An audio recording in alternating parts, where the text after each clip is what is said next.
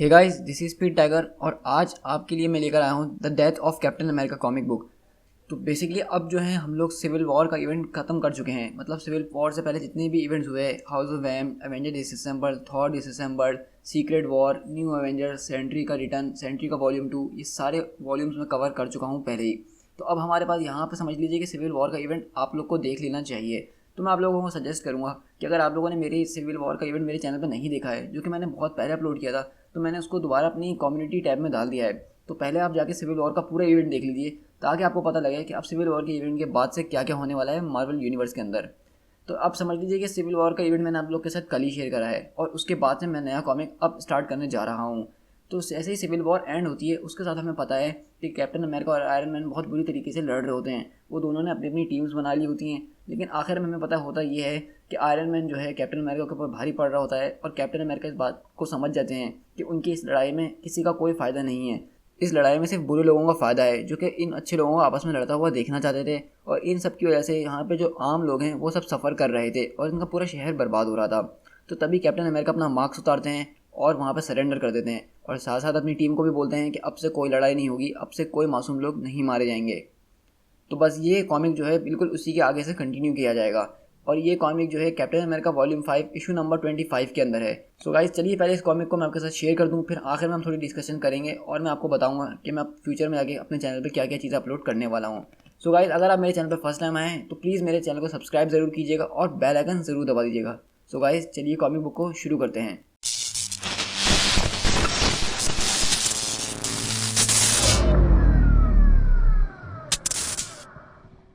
तो इस comic book का स्टार्ट बेसिकली होता है कैप्टन अमेरिका की पुरानी मेमोरीज़ के साथ, जो कि मैं आप लोग को बताऊंगा ही, क्योंकि आप सबको पता है कि किस तरह से वो एक बहादुर बच्चा हुआ करता था, बहुत कमज़ोर हुआ करता था।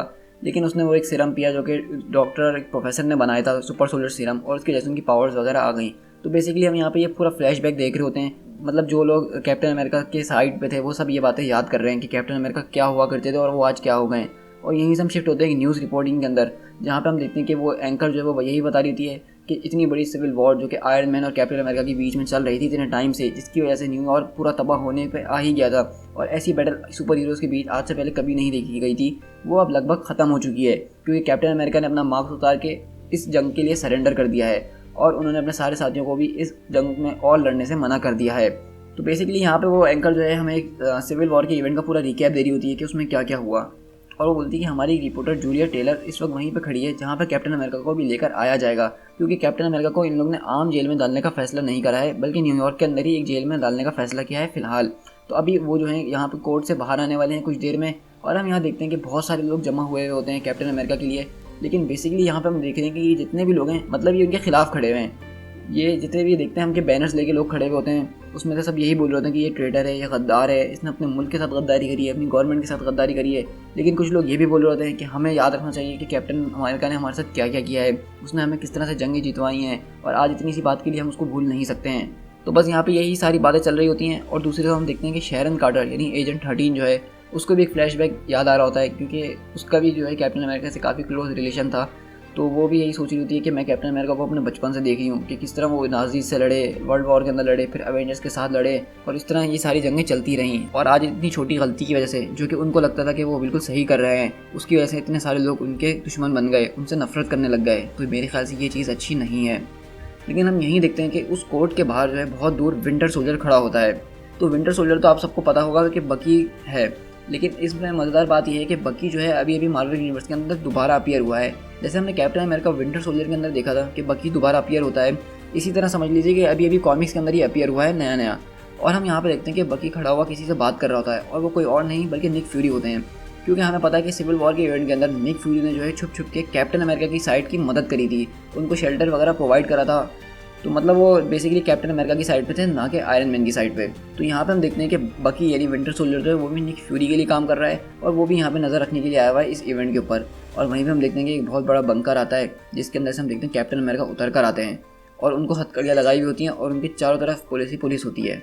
फिर हम देखते हैं कैप्टन अमेरिका जैसे ही क्राउड के सामने आते हैं तो सब लोग चिल्लाना शुरू कर देते हैं, सवालात करना शुरू कर देते हैं कि आपने सरेंडर क्यों कर दिया, क्या आप कैप्टन अमेरिका का टाइटल छोड़ देंगे, क्या आपने रिज़ाइन कर दिया है, क्या आप जेल में ही रहेंगे सारी ज़िंदगी, क्या टोनी स्टार्क सही था और आप गलत थे। तो इस तरह के सवाल लोग कर रहे होते हैं जैसा कि लोग करते हैं। लेकिन वहाँ पर एक पुलिस वाला बोलता है कि वो कुछ नहीं कहेंगे, यहाँ से पीछे हट जाओ। और हम देखते हैं वहाँ पे कैप्टन अमेरिका के मुंह पे लोग टमाटर मार रहे होते हैं, मतलब लोगों को उनसे इतनी अब नफरत हो गई होती है। और वहीं पे देखते हैं कि कैप्टन अमेरिका के सामने जो एक पुलिस वाला होता है उसकी शर्ट पे उनको एक डॉट नजर आता है जो कि एक लेज़र का होता है। और कैप्टन अमेरिका समझ जाते हैं कि ये कोई आम लेज़र नहीं है बल्कि ये कोई स्नाइपर है। और कैप्टन अमेरिका एक बहुत दूर बिल्डिंग में ये देख भी लेते हैं कि कोई स्नाइपर जो है इनके ऊपर निशाना लगाने ही वाला है। और कैप्टन अमेरिका को पता चल जाता है कि अब वो किसी भी पल गोली चला ही देगा। और हम देखते हैं कि ये सारा इवेंट जो है रेड स्कल और उसके लोग बैठ के देख रहे होते हैं। और वहीं पे रेड स्कल बोलता है, जो कि अपने किसी और गेटअप में होता है, कि देखा तुमने कि कैप्टन अमेरिका कितना ज़्यादा शानदार है, उसने इतनी दूर से इस कंडीशन के अंदर भी एक स्नाइपर को स्पॉट कर लिया है।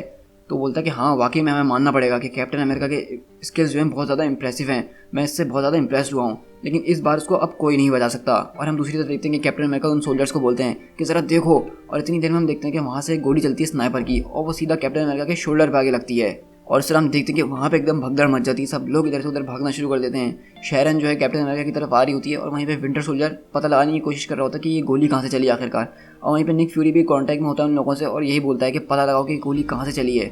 लेकिन हम दूसरी तरफ देखते हैं जब शैरन कैप्टन अमेरिका की तरफ बढ़ रही होती है तभी हम अचानक देखते हैं कि एक गन और आती है और वो कैप्टन अमेरिका को 3 और बुलेट से फायर कर देती है। और हमें पता नहीं चलता कि इस क्राउड के अंदर वो 3 और बुलेट्स किसने चलाई हैं। और हम यहाँ से देखते हैं कि कैप्टन अमेरिका उसी कोर्ट की सीढ़ियों पे गिर जाते हैं और वो बहुत बुरी तरीके से उनका खून बह रहा होता है। लेकिन कैप्टन अमेरिका हम देखते हैं कि अपनी इस बुरी हालत में भी मरते दम यही बोल रहे होते हैं कि लोगों को बचाओ, लोगों को सेफ्टी के पास लेके जाओ, अब और कोई इनोसेंट लाइफ नहीं जानी चाहिए। और इस तरह हम देखते हैं शैरन कार्टर वहाँ पे चीखती है कि हमें मदद की ज़रूरत है। और हम देखते हैं कि दूसरी तरफ ऊपर आसमान में जो है फैल्कन भी ये सब चीज़ें देख रहा होता है और वो भी पता लगाने की कोशिश करता है कि ये गोली आखिरकार कहाँ से चली। और इसी तरह हम देखते हैं कि विंटर सोल्जर को कुछ सुराग पता चलता है और वो एक बिल्डिंग के अंदर घुसता है उसका शीशा तोड़ते हुए। और निक फ्यूरी से मुसलसल पूछ रहे होते हैं कि मुझसे बात करो बेटा, कि आखिरकार वहाँ पे हो क्या रहा है, मुझे बताओ कि ये गोली किसने चलाई है। तो वो बोलता है कि निक फ्यूरी क्यों ना तुम मुझे अपनी सैटेलाइट के जरिए बताओ कि वो आखिरकार कहाँ से निकला है, क्योंकि वो इसी बिल्डिंग के अंदर था कुछ देर पहले। और वहीं पर हम देखते हैं कि फैल्कन विंटर सोल्जर के पास आ जाता है और उसको पकड़ लेता है और वो ये समझता है कि ये गोली जो है विंटर सोल्जर ने चलाई है, क्योंकि इस वक्त विंटर सोल्जर जो है अपनी वैसी ही कंडीशन में चल रहा है जैसा कि हमने उसको मूवी में देखा था, मतलब अभी वो कैप्टन अमेरिका की साइड है भी और नहीं भी। तो इसलिए फैल्कन समझ रहा होता है कि ये गोली उसी ने चलाई है। लेकिन विंटर सोल्जर उसको समझाता है कि मैं उसको पकड़ रहा हूँ जिसने ये गोली चलाई है, ये गोली मैंने नहीं चलाई। तो इस तरह बकी बोलता है क्या तुम एक वक्त में उड़ भी सकते हो और मुझे साथ लेके भी जा सकते हो। और इस तरह हम देखते हैं कि बकी जो है अपने विंटर सोल्जर के कपड़ों में आता है और बोलता है कि अब हमें देखना होगा, मुझे लग रहा है कि वो इन 3 हेलीकॉप्टर में से किसी एक हेलीकॉप्टर के अंदर है। और यहाँ से हम शिफ्ट होते हैं कैप्टन अमेरिका की तरफ, जिनको एम्बुलेंस में ले जाया जा रहा होता है और शैरन कार्टर उनके साथ होती है और वो भी निक फ्यूरी से टोटली बात कर रही होती है कि क्या हो रहा है क्या नहीं। तो निक फ्यूरी बोलते हैं कि यहाँ से करीब में ही एक हॉस्पिटल है, तुम वहाँ पर उसको फ़ौरन ले जाओ, और स्टीव रॉजर इतनी आसानी से नहीं मरने वाला, उसने पहले भी बहुत गोलियाँ खाई हैं। इस तरह हम देखते हैं कि फैल्कन और विंटर सोल्जर जो हैं उड़ते हुए हेलीकॉप्टर के पास पहुँचते हैं और बोलता है कि निक फ्यूरी ने मुझे यही चॉपर बताया था। और उस चॉपर के अंदर हम देखते हैं कि जो आदमी बैठा होता है वो क्रॉस बोन्स होता है और इसी ने वो कैप्टन अमेरिका के ऊपर गोली चलाई थी। और इस तरह हम देखते हैं कि बकी और फैल्कन उस हेलीकॉप्टर की तरफ बढ़ते हैं और बकी उसके प्रोपेलर्स पे शूट करता है, जिसकी वजह से वो हेलीकॉप्टर आउट ऑफ कंट्रोल हो जाता है और वो क्रैश कर रहा होता है। लेकिन हम तभी देखते हैं कि विंटर सोल्जर के ऊपर जो है क्रॉस बोन आके कूदता है हेलीकॉप्टर से और उसको एक तोड़ता हुआ एक बिल्डिंग के अंदर ले जाता है। और इस तरह हम देखते हैं कि उस बिल्डिंग की छत पर क्रॉस बोन्स और विंटर सोल्जर के दरमियान बहुत ज़बरदस्त फिस्ट फाइट होती है और वो दोनों एक दूसरे को बहुत ज़बरदस्त टक्कर दे रहे होते हैं। लेकिन हम तभी देखते हैं कि दूर खड़ी होकर ये सारा तमाशा सिन देख रही होती है। तो सिन बेसिकली जो है रेड स्कल की बेटी है और ये सारा प्लान रेड स्कल का ही है, वो सब रेड स्कल के कहने पे ही मौजूद है यहाँ पे। और हम देखते हैं कि सिन ये भी बता रही होती है फ़ोन पे रेड स्कल को, और हम देखते हैं कि सिन जो है रेड स्कल को यही बता रही होती है कि हमारा प्लान वही रहेगा जो पहले था, चाहे इसके लिए क्रॉस बोन्स को अपनी जान गंवानी ना पड़े या फिर उसको पुलिस की जाना ही क्यों ना पड़े। और हम देखते हैं कि फ़ोन पे से ऑर्डर आते हैं कि तुम्हें पता है तुम्हें अब क्या करना है। और हम देखते हैं सिन जो है इस वक्त उस हॉस्पिटल की छत पे ही खड़ी होती है, बोलती कि ठीक है मैं समझ गई हूँ कि मुझे अब क्या करना है।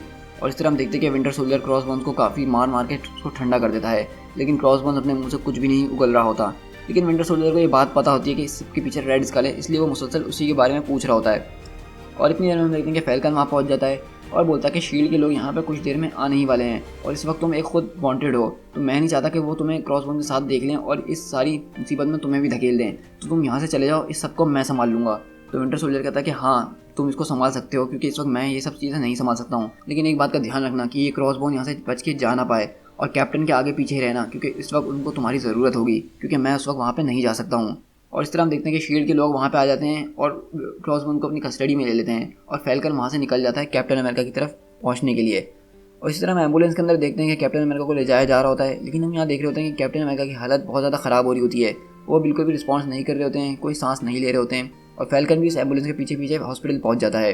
फिर हम हॉस्पिटल के अंदर शिफ्ट होते हैं, जहाँ हम देखते हैं शैरन कार्टर जो है वॉशरूम के अंदर आके अपना फेस वगैरह धो रही होती है, लेकिन हम पीछे देखते हैं कि उसको एक डॉक्टर आती है और कुछ बताने की कोशिश करती है। और हम देखते हैं कि शेरन पूछती है कि हाँ डॉक्टर बताइए कि आपको मुझसे क्या कहना है और किस डॉक्टर ने आपसे कहने को कहा है मुझे। तो वो लेडी जो होती है वो एक ही नाम लेती है कि डॉक्टर फॉस्टर्स। और बेसिकली ये डॉक्टर वही होता है जो कि रेड स्कल बना फिर रहा है। मतलब अभी जो हमने थोड़ी देर पहले देखा था रेड स्कल एक ग्रुप के अंदर है। तो हम देखते हैं कि ये डॉक्टर का नाम लेती है तो एकदम शेरन कार्टर चौंक जाती है। और साथ में वो लड़की ये भी बोलती है कि उसने तुमसे कहा है कि तुम उस बात को याद करो। और मैं आपको बता दूं कि बेसिकली ये जो लड़की है ये कोई और नहीं बल्कि रेड स्कल की बेटी सिन है।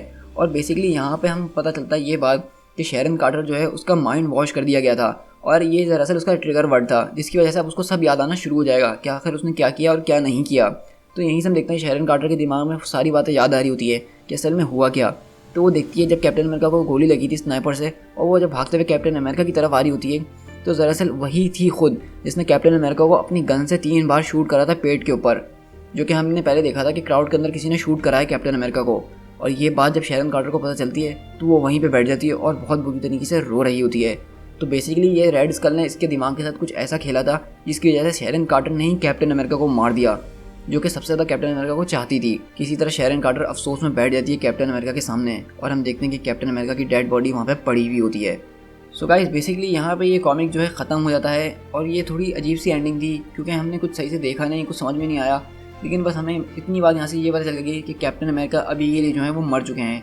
कैप्टन अमेरिका ऐसा हो नहीं सकता कि ज़्यादा टाइम तक मरे रहें, वो कभी ना कभी तो वापसी आएंगे क्योंकि हमें पता है कॉमिक्स में ऐसा ही होता है।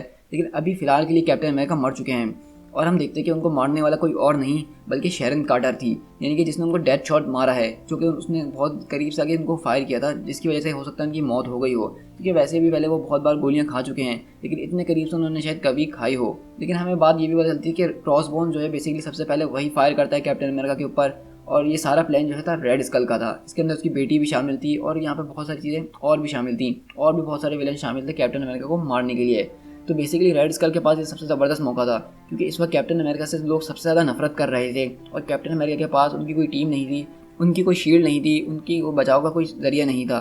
तो रेड स्कल ने ये प्लान बहुत पहले से सोचा हुआ था कि जब भी कुछ ऐसा होगा वो तभी कैप्टन अमेरिका को मारेगा और उसने कैप्टन अमेरिका को मारा भी उस वक्त है जिस वक्त सबसे ज़्यादा उसके हिटर्स हैं। मतलब अब वो अगर मर भी गए तो लोगों को इतना ज़्यादा दुख नहीं होगा क्योंकि लोग तो पहले से उनको मारना चाह रहे थे। हम देख रहे थे कि लोग उनके ऊपर टमाटर फेंक रहे थे, उनको बहुत बुरी बुरी गालियाँ दे रहे थे ये वो। तो रेड स्कल को ये बहुत ज़बरदस्त मौका मिल गया कैप्टन अमेरिका को मारने के लिए। सो गाइस आई होप कि आपको ये वन शॉट पसंद आया होगा और कैप्टन अमेरिका की डेथ से आपको थोड़ा अफसोस तो हुआ होगा क्योंकि कैप्टन अमेरिका मार्वल कॉमिक्स के अंदर एक सिंबल है, वो कोई एक हीरो नहीं है। लेकिन खैर है कि क्योंकि कुछ टाइम की ही बात है कि कैप्टन अमेरिका वापसी भी आ जाएंगे। लेकिन अभी मैं आपको बता दूं कि अब जो मैं सिविल वॉर के बाद के इवेंट्स शेयर करूंगा, मतलब आपने देखा कि सिविल वॉर के इवेंट जो था मार्वल कॉमिक्स के अंदर एक बहुत बड़ा इवेंट था। इसमें जो है यहाँ से समझ लीजिए एक टर्निंग पॉइंट था, सारे हीरोज़ आपस में बढ़ गए थे। कुछ लोग अभी भी जो है सीक्रेट एवेंजर्स के तौर पर घूम रहे हैं, उसमें Luke Cage, Spiderman, Doctor Strange और बहुत सारे कैरेक्टर शामिल हैं जिनको मैं आगे जाके न्यू एवेंजर्स की सीरीज़ के अंदर आपके साथ शेयर करता रहूँगा। और हम साथ साथ ये भी देखेंगे कि आयरन मैन ने जो टीम अपने साथ रखी हुई थी, जो रजिस्ट्रेशन एक्ट को फॉलो कर रहे थे, उनके साथ क्या हुआ। तो अब हमें ये पता चलेगा आगे जाके कि आयरन मैन अपनी एक नई टीम बनाएगा जिसका नाम होगा द माइटी एवेंजर्स और उसमें captain Marvel, Aries, God of war जो कि आप लोगों का फेवरेट है, जो कि आपने मेरे चैनल पे बहुत ज़्यादा रिक्वेस्ट भी करी थी। तो आप समझ लीजिए कि एरीज गॉड ऑफ वॉर दोबारा आने वाला है हमारे कॉमिक्स के बीच। तो मैं आपसे कहूँगा कि आप मेरे चैनल को फॉलो करते रहिएगा क्योंकि आगे जो कॉमिक्स आने वाले हैं वो बहुत ज़्यादा मज़ेदार होंगे। और सिर्फ यही नहीं, अब मैं दोबारा से जो हूँ थॉर की सीरीज़ भी शुरू करने वाला हूँ।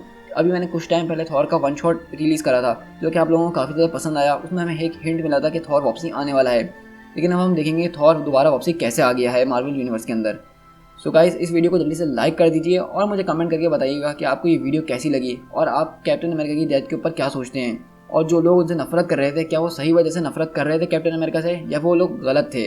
क्या कैप्टन अमेरिका सिविल वॉर के इवेंट के अंदर सही थे या फिर आयरन मैन? मुझे ये कमेंट में आप ज़रूर बताइएगा और इस वीडियो को ज़्यादा से ज़्यादा शेयर करिए और मुझे फेसबुक और इंस्टाग्राम पर फॉलो करते रहिएगा। सो गाइस मिलते हैं नेक्स्ट वीडियो में किसी और कॉमिक बुक के साथ। Till then thank you so much.